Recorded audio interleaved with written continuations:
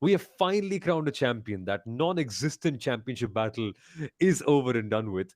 But, guys, we can't just start with Max because there are other things that were equally surprising. And if you think I'm going to talk about George Russell here, you're wrong. Because I'm going to talk about the fact that Carlos Sainz crossed over the pit lane white line and didn't get a penalty. That's one wacky incident.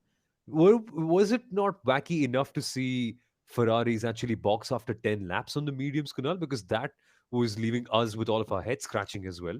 We had so many wacky things. I don't believe that was wacky enough for me, actually. But first thing, Carlos Sainz not getting a penalty was actually within the rules. Every race, the race director actually releases the rules on Yep. how the pit entry and the racetrack are divided. Carlos Sainz was on the dividing line, but not the pit entry line.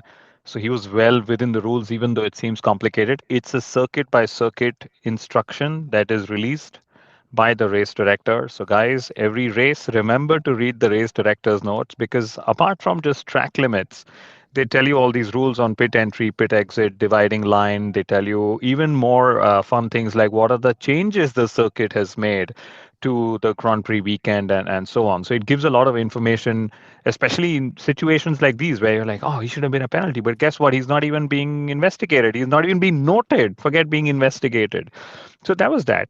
But I think in general, Ferrari has to be commended for this weekend and this race. And I'll tell you why. Mercedes was clearly the fastest car on track. The track conditions and the track layout, or the temperature conditions and the track layout, really aided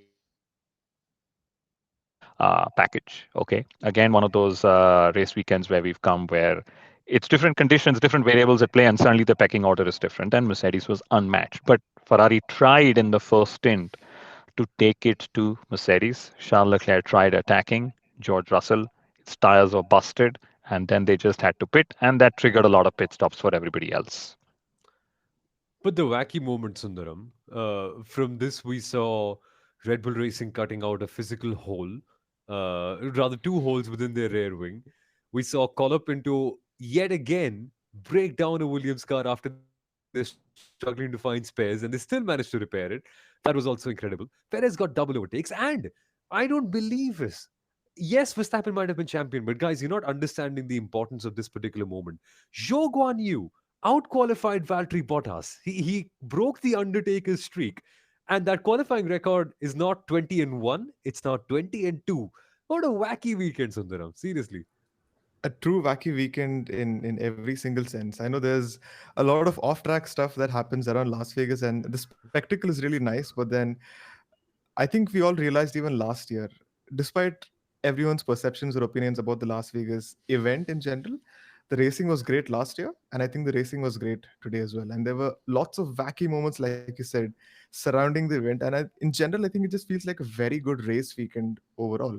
And if we have to talk about Max Verstappen, would anyone have guessed that he would have been on the podium today? Would anyone have guessed? No, not on the podium. I think within podium contention. Like you said, they had to drill a hole or cut their rear wing off, and finally, it still made him quick enough to still fight for the podium positions. He eventually finished P5, but it's been a good weekend overall in so many ways. Yeah, I honestly believe, Kunal, that the Las Vegas Grand Prix is, I think, perfect as a recipe for drama. Because think about it. You've got unusual weather, unusual track characteristics, unusual grip levels, a very, very weird circuit in terms of how everything is managed, in terms of times as well, because they race very late in the day and it's in the desert and it's windy. And because it's an outlier, you always see some team do well where they've normally not do very, where they normally haven't done very well throughout the season. So I think it's a recipe for success in a way as a Formula One event. It is, and there were so many teams in podium contention, if you think of it. Mercedes, of course, and then there was Ferrari. There was at one point McLaren was almost going to make it. Red Bull Racing was there. There was a point of time when Nico Hulkenberg was suddenly finding himself running P3 because of Yeah. going longer on the tire and so on. So I think in general, it just seemed like a bunched up field till such time they all really wanted to get onto the hard tire. That medium tire was such was such a bummer for most people. That the minute then they got onto the hard tire, a little more predictability came in within the training phase and the recovery phase and so on. But I would say unfortunately, we also saw the Ferrari of the old. What happened was they took the fight to Mercedes. They realized they do not have the tools, or not the tools, but they don't have the pace to sort of take the fight. So they tried fighting with strategy. But also, even with strategy, they were very indecisive. Okay, I remember seeing this predictor which said if Carlos Sainz had pitted a lap earlier, he would have been a position ahead, etc., which was true because that undercut was extremely strong given how bad the medium tire was. But in the end, I think hats off to George Russell because when you're a driver and you don't have the car underneath you, you keep telling yourself, I will keep getting the experience, I will sharpen my tools, I will sharpen my wisdom and all the other sensors that the human body has to be ready when the car comes. Now, of all the top four teams, who, by the way, now for the first time in history, all the top four teams have had a 1-2 finish this season, right? Mercedes is the one team that has had the least number of opportunities come their way when it Yeah. comes to fighting up at the front. This time, when the opportunity came, George Russell called it in qualifying. I want to be the last out on track. Very decisive, bold leadership call. Okay. Even though he knew Lewis Hamilton actually had the edge on him, which he did in the free practice sessions. And, Hamilton's always, when the car's ace, suddenly is able to deliver what we saw him deliver, right? But he hammered it in. He nailed the start. He won from pole, which is a rarity as well in this season. And all in all, I think, I'm a bit more of a fan of George Russell because he did what very few drivers have been able to do this season just purely because of the competitiveness of the entire field. He could grab it when it came his way, and he may not have it coming his way in the next two races, but Yeah. at least he knows he's maximized his result in Las Vegas. Okay, before we analyze just how good Russell was, particularly on Sunday, because he was so good, we need to tell you who we are and what this episode is all about. It's the We Sin need to speak City. about that. We Yeah, really need to speak a lot about that. I oh, feel we big should do time. that. Big time. We are the Inside Line F1 podcast. My name is Somal Arora. I am the commentator for the Indian Racing League, Indian Supercross Racing League, the MotoGP Indian Grand Prix, and more. The voice you just heard right before me saying, oh, we need to talk about that, that was F1 Stats Guru. He is the leading stats facts page in motorsport on the internet, and his stats have been used very often on the official Formula One broadcasts, as well as him being the official statistician of F1 Academy. And what do I say about Kunal, the former marketing head of the Force India F1 team, who was actually you were actually penalized 600 kronas, Kunal, today for taking part in a Viaplay Formula One broadcast where you were a Formula One expert. And that 600 kronas came as a result of Max Verstappen celebrating too much. What's that story? He's Well, burnt a hole in your pocket. yeah, I mean, yes, he's burnt a hole in my pocket. It's not the most proud story, but yes, it is a part of celebrations because Max won. The broadcast went longer than planned, and I was in the broadcast, and the time that I had, the end time for my car booking went over, and I just in the middle of the broadcast couldn't do anything about it. Okay, so then it went over, and just when I reached the car, there was a parking inspector saying, "You've actually gone over time," and I said, "I'm really sorry. Can I just extend it by the 20 minutes I've whatever gone over?" He's like, sorry, but I've cut you a ticket. You can speak to my company if you'd like. And I said, okay, there we go. That's a contribution to the Max Verstappen, uh, you know, four-time world champion club, which is something we should talk about because what a season, what a championship win. We knew it was always going to be his, given how McLaren were almost going to try and not win it with Lando, or rather the other way, Lando trying to not win it with McLaren. I know I'm being harsh, but when he had the car, and again I repeat what I said, when he had the car in the opening races, he slammed it in. He made us all Yeah. believe he's going to win everything.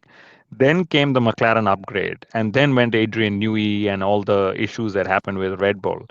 And they struggled, but he kept banking in those points, which McLaren didn't really always do with Lando Norris.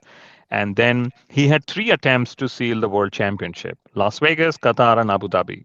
It was eventually going to happen, and in typical Max fashion, He sealed it in the first attempt, saying, "That's it. This conversation is not going anywhere. I'm getting my fourth title."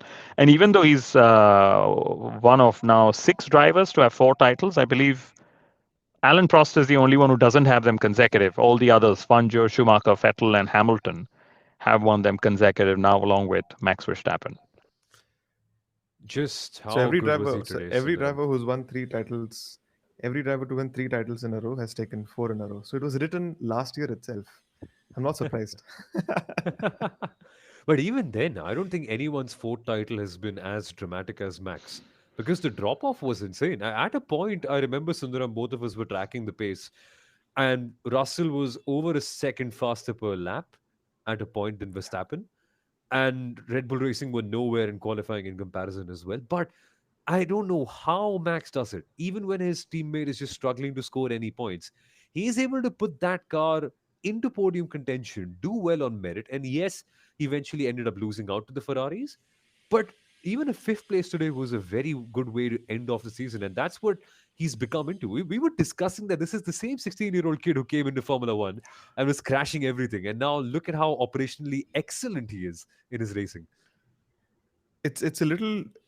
I mean, once the checkered flag dropped and we knew that he had won the championship, I was still trying to believe that we are witnessing this because he's all of 27. He's just the second youngest four-time champion. He's just missed the mark by around 10 months compared to Sebastian Vettel. But my goodness, the talent that he has and the way that he's able to show that it's not just the case of the car being good enough. Even when the car is not there, I can still take it to a respectable position. I don't think so he's finished below P6 this entire season. And Yeah. Sergio Perez, on the other hand, let's not get into that discussion. But he just manages to do so much damage limitation. The car's literally not there, but you still cannot rule out a Max Verstappen. At one point, he was up there.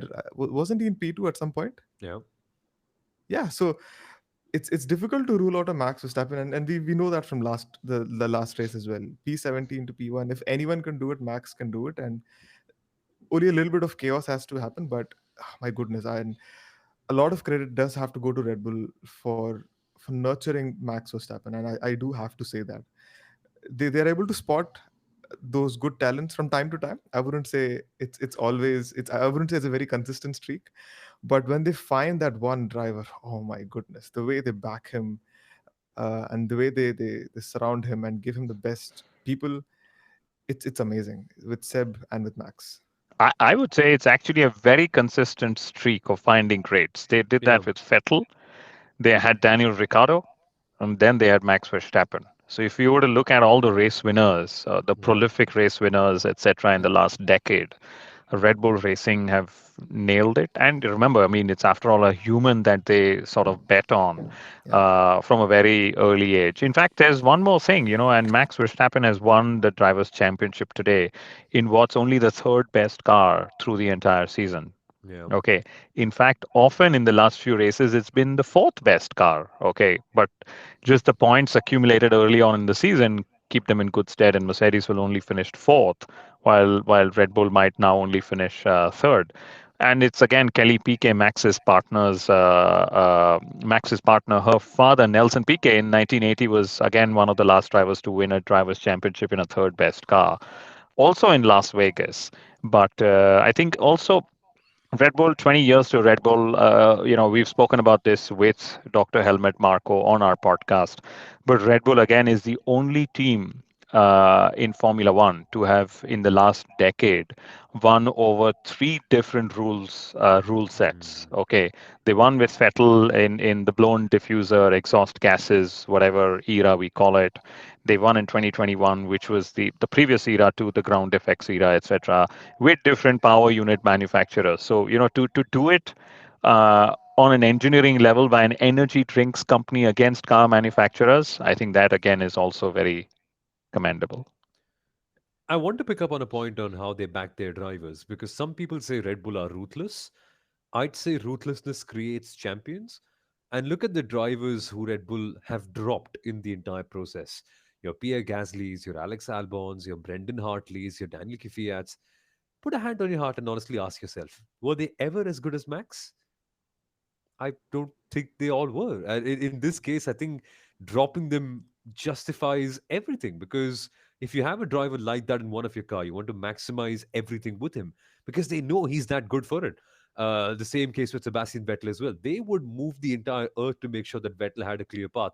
And the same is done with Verstappen. And when you do that, your patience and your commitment towards a certain driver gets rewarded with a season like this. I honestly feel any other driver, and we wouldn't have seen them win the championship. It's phenomenal what Red Bull and Max are doing. But we can talk about this in depth in the postseason review, because while we have to cover Max, there are other key drivers to talk about as well. And we're all forgetting, at the end of the day, driver of the day didn't go to Max. It went to Lewis Hamilton. And even though I am, in all honesty, a fan of the person, I think it's a bit unfair because George Russell today was remarkable. I think the comeback caught the eye a little bit more than Russell's performance did, but I don't think that's fair in my opinion, Kunal. 1 second faster than everyone, 17 seconds of a margin over Lewis at a point, then just letting the tires go easily. I mean, sublime. That is unbelievable.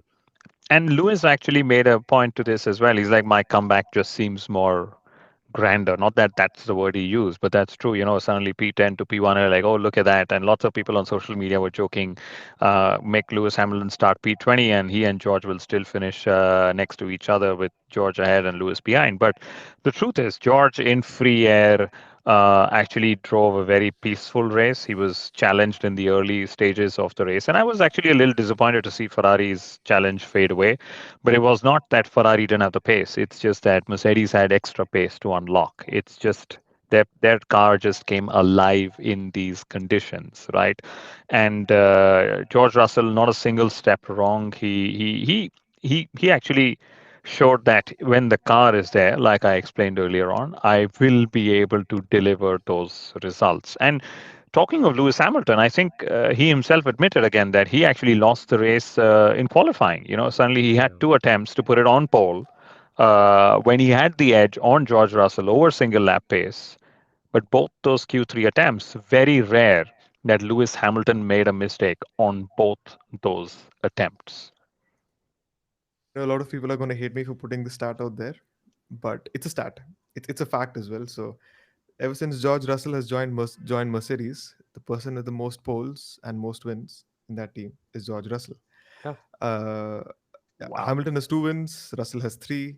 Hamilton has one pole, Russell has four. If you count the Brazilian race in 2022, he started on P1 five times. And I think it does deserve a fair amount of credit because, like Kunal said, when the car is in that very tricky position where everything is just going right, if there's a person delivering, there's definitely George Russell who can show that I deserve to be this number one in the team going forward. He's demanding it at this point. Yeah. And yes, Hamilton's P10 to P1 does seems very grand, but just like last weekend, the person who made the least mistakes won that race. Similar to this race weekend, the person who did not make any mistake throughout the race weekend deservedly put himself in that position of winning a race, and that's how we won it. If Hamilton had not botched those two laps, he would have been higher up, maybe in P3 or P2. He would have had a closer chance of fighting with Russell for the win, and would have probably even claimed the victory. But deservedly, George Russell has won this round, and I like you said, Somal. I think he deserves to win the driver of the day for me. But on most days, Yeah. it's a popularity contest. But I believe what's happening now is that because Russell is so good, it's allowing Mercedes to experiment with Antonelli. That's the whole project for them, right? They wanted Russell to evolve into this leader who could command the team by himself. And for Kimi Antonelli, he needs a reference marker. He might be good. He might be the best driver of the entire generation. But if you don't have someone to learn from, like a it's like a climb a plant, right? It swirls around a certain stick or a certain thing that can climb over, and that's what George Russell is going to be for Mercedes. That leader who can command everything and drive the team forward. And I want to analyze this comment before we go further, because even though we have to talk about Ferrari, I think the comment of the entire weekend for me was Toto Wolff coming out to the media and saying that they would have dropped Lewis Hamilton anyway had he still not had the offer from Ferrari, because he was not sure about the cognitive sharpness. Was that what was that exact wording, Kunal? I was confused about. Shelf life, cognitive something, But there's a abilities. very, very particular term that Toto Wolff used, a very business person specific point, a very engineering term that was. You could just say he's done, but that's what he used. And I just think that's a case of him lighting it all up because he knows that he has George now. You can just throw some spark in the mix, right? I think that's wrong. If Lewis would have been there, he would have retained him for sure.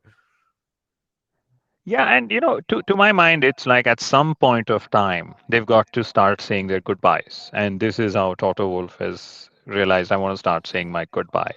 And guess what? It was, Lewis showing that, hey, when you give me the car, I give you the drive. As simple as that. Okay. I'm pretty sure, Lewis's qualifying run, Lewis has been very vocal, even in the media.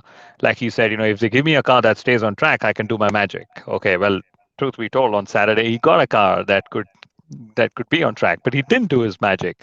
So a bit of back and forth will continue to happen, and I believe at the end of the day, Lewis's messages will always be more amplified because he's the driver, he's the rock star, he's the 7 times world champion, versus Toto Wolff, who literally is just a team owner in the sport, who's not even been as long in the sport as Lewis Hamilton has been. Hey, no, Toto was once a Red Bull driver. Remember? Not in Formula One.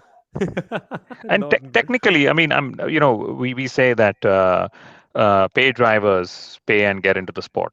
Well, what do you think management does? Toto Wolff paid Williams. Well, rightfully, it was a business transaction to get his entry into Formula One. I mean, he bought shares, he paid Williams when they were down. He's publicly said this as well. So, eventually it's all a business. It all depends how you want to get in. Are you getting in via talent alone, talent and money, or just money alone? But regardless of what you do, you will still be confused as hell if you have a car that beats everyone by such a big margin at one circuit and is sixth or seventh at the other one. And at the end of the race, when they had to, actually, at the end of qualifying yesterday, when they had Toto Wolff for an interview, I could just see from his body language, the way his hair was put up, the way his smile was showing up on TV, that he was more frustrated than happy. Because the sentiment, in my opinion, has to be Sundaram. Why can't we do this everywhere? Like, when you just look at that Mercedes on a qualifying lap compared to every other car, they look so much more planted than everyone. It's like you're seeing a 2021 gen of car versus 2022. That's how much faster they were. But it's just, they can't replicate it everywhere. There's a certain nostalgia associated with this sort of a Mercedes because they did this literally every time between 2014 and 2021. It wasn't a case of only in qualifying and in the races. They would do it even in free practice. If I have a list of in my database, if I show you the list of teams that have topped sessions, I can see only that teal green of Mercedes because they were that good across so many sessions, and their car literally suited every single track, be it rain, be it dry, be it a street, be it a classic fast-paced track like Monza. They had that pace everywhere, and I'm sure people are at Brackley are very surprised and confused as well. Where did we get this pace that we're able to put the car on P1? Top every session. So they topped FP1, FP2, FP3, all the three qualifying sessions. Mercedes led every single lap. Of course, they didn't take the fastest lap because I think Lando Norris took it. But this goes to show why the last 14 years Oh, were yes. won by a Red Bull and a Mercedes. When you give them the opportunity, they don't let it drop. Is that a good note to move on to Ferrari, guys? Because today was weird. Okay, let's get back to a statement you mentioned, Kunal. Why is Ferrari boxing only after 10 laps and doing so many pit stops not wacky to you? Especially Well, when especially when they've worked on this particular element of their car in the winter. The graining caught them out big time, right? it wasn't just them because let's put it in context. What happened at the start? We saw George Russell, we saw Carlos Sainz blocking Pierre Gasly, and Charles Leclerc went through. What was Leclerc trying to do? He was trying to chase George Russell. Mercedes actually told George Russell Charles is pushing more than he should at this stage of the race. Charles knew that if he makes the overtake happen, and he gets that DRS. Ferrari gave him maximum power, and all of this is on the radio. So it's not that I'm assuming this. It's all on the radio transcript. They told him to change modes. They told him to attack.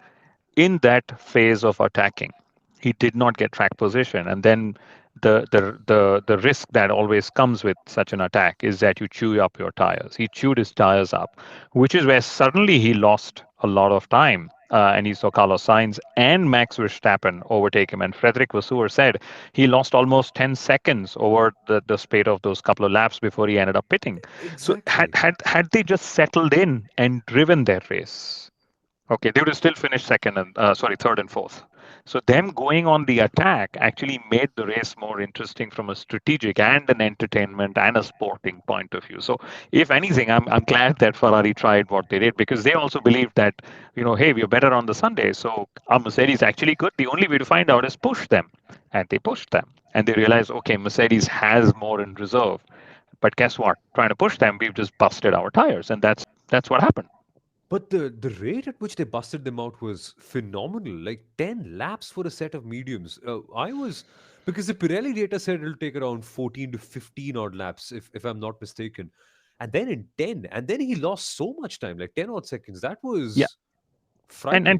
Pirelli data, like we've kept saying or I've kept saying on the podcast, Pirelli designs tires for cars they don't use. They design Hmm. tires for cars somebody else uses, right?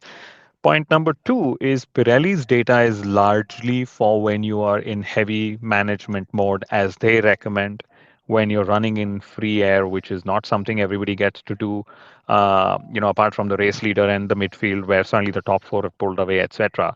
So Pirelli's data has to be taken with a pinch of salt. Every time they give recommendations, right? But that doesn't mean that that's how the teams will eventually run their cars.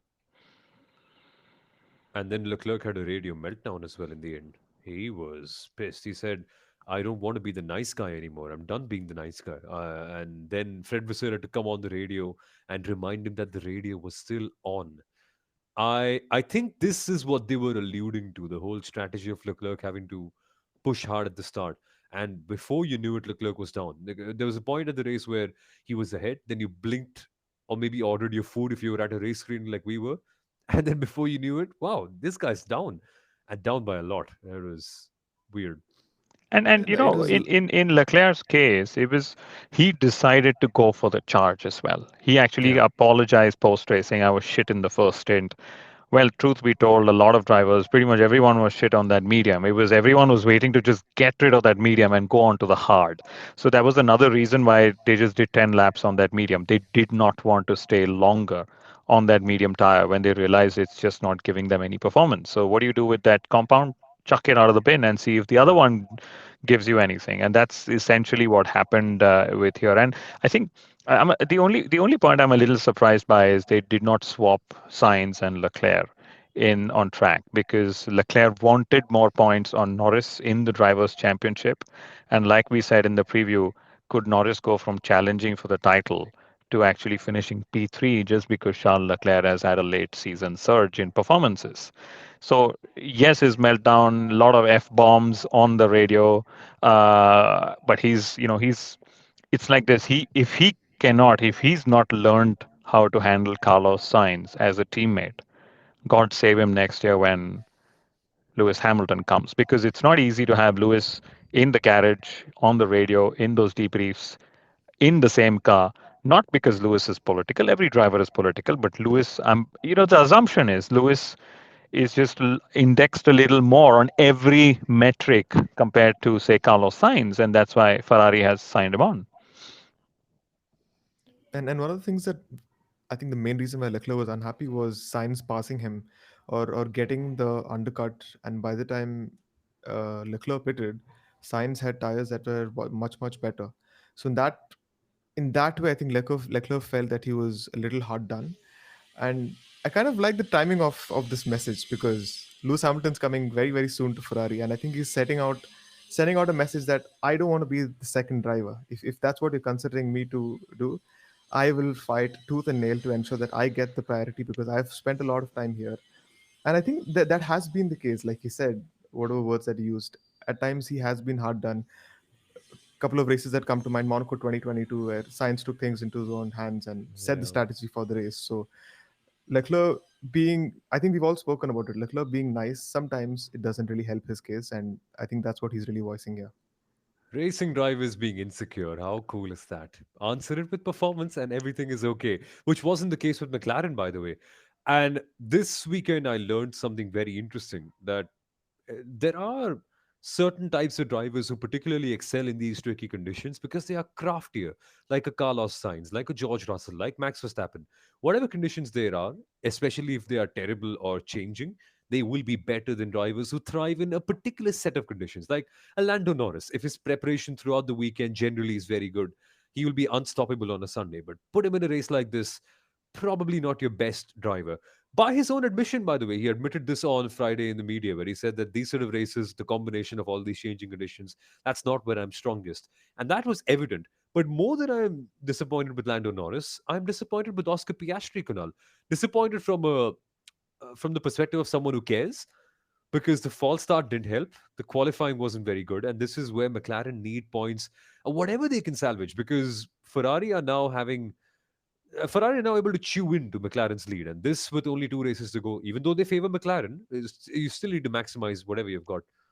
Yeah, it's just 24 points. And, McLaren actually knew coming into this weekend that Las Vegas wouldn't be as good for them because long straights, short radius corners, lots of traction zones aren't really as favorable for them. They prefer the slow to medium, medium to high. Basically, a little more cornering speed is where their aero efficiency helps them.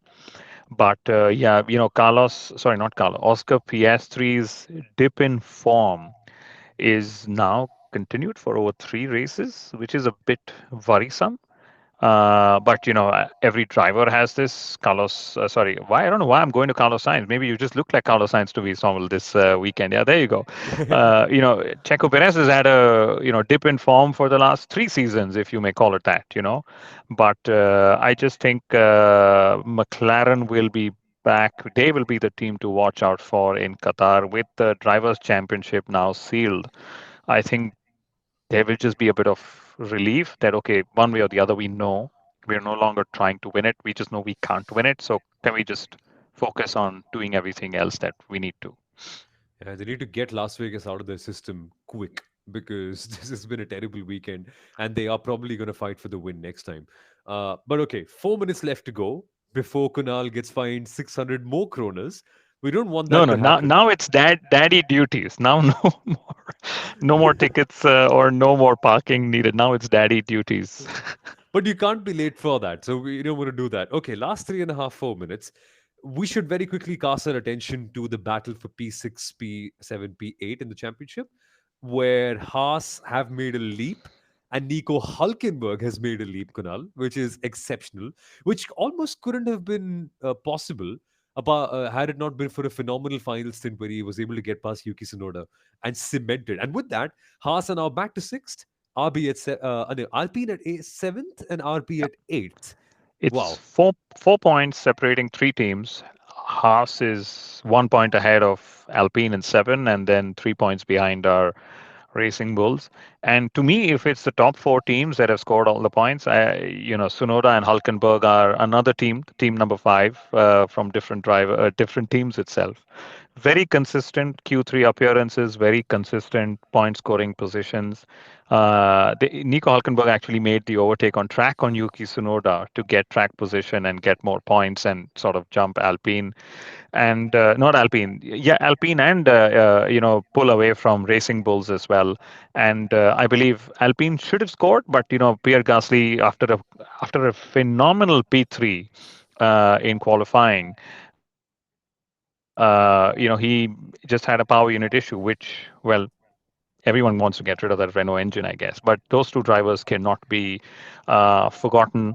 And I hope that with all that Sonoda has done, Red Bull, when they sit after Abu Dhabi to review the season with Checo Perez, consider Sonoda as P1 for a replacement and not some of the others because they've actually spent their time, energy, money grooming Yuki Tsunoda. So the least they can do is give him one season. They've given Checo a lot of seasons. The challenge is, I think, Checo's contracts, as we've spoken, it's not just a sporting decision; it's a sporting and a commercial decision. Given his popularity in Mexico, what brand Red Bull as an energy drink gets as well, all the other sponsors and money that he brings in from that market. So it's not that easy a decision. Otherwise, imagine they left Daniel Ricciardo so coldly into the blue. What's keeping them on to Checo Perez? He's not even their driver, unlike Daniel. Kit Kats are keeping in. Yeah, yeah. Technically, Kit Kats are keeping Sergio Perez in the sport, which is nice, which is incredible. We have one last minute, and we have one last stat to end this episode with. So, Sundaram, what is it all about? I mean, if you have to talk about double podiums, how many teams have taken double podiums now? So you have Red Red Bull, Bull, Ferrari, McLaren. McLaren, Alpine, Alpine, Oh yeah, Mercedes, and all four works teams now have a 1-2 this season.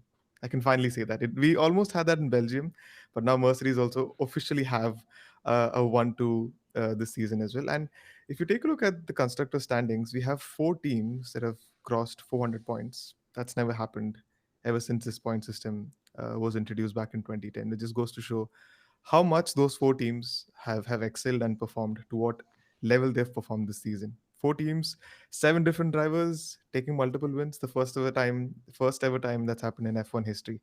Gosh, 2024. Can't speak enough about it. yeah. And if you're Aston Martin, you can be third in one year, dead last in the other one. Hey, you It's didn't have to do that. Hey, but Alonso's still in the top 10 in the championship, by the way. Weirdly, I was amazed that he was ahead of Tsunoda and Hulkenberg. But that's a good note to end on. But we need to talk more about this race and what to expect in Qatar. There's so many things we're missing out because we're short on time. But that means that we're going to bombard the next episode with these talking points. And that's going to be the Qatar GP preview that we're going to record probably in a couple of days from now.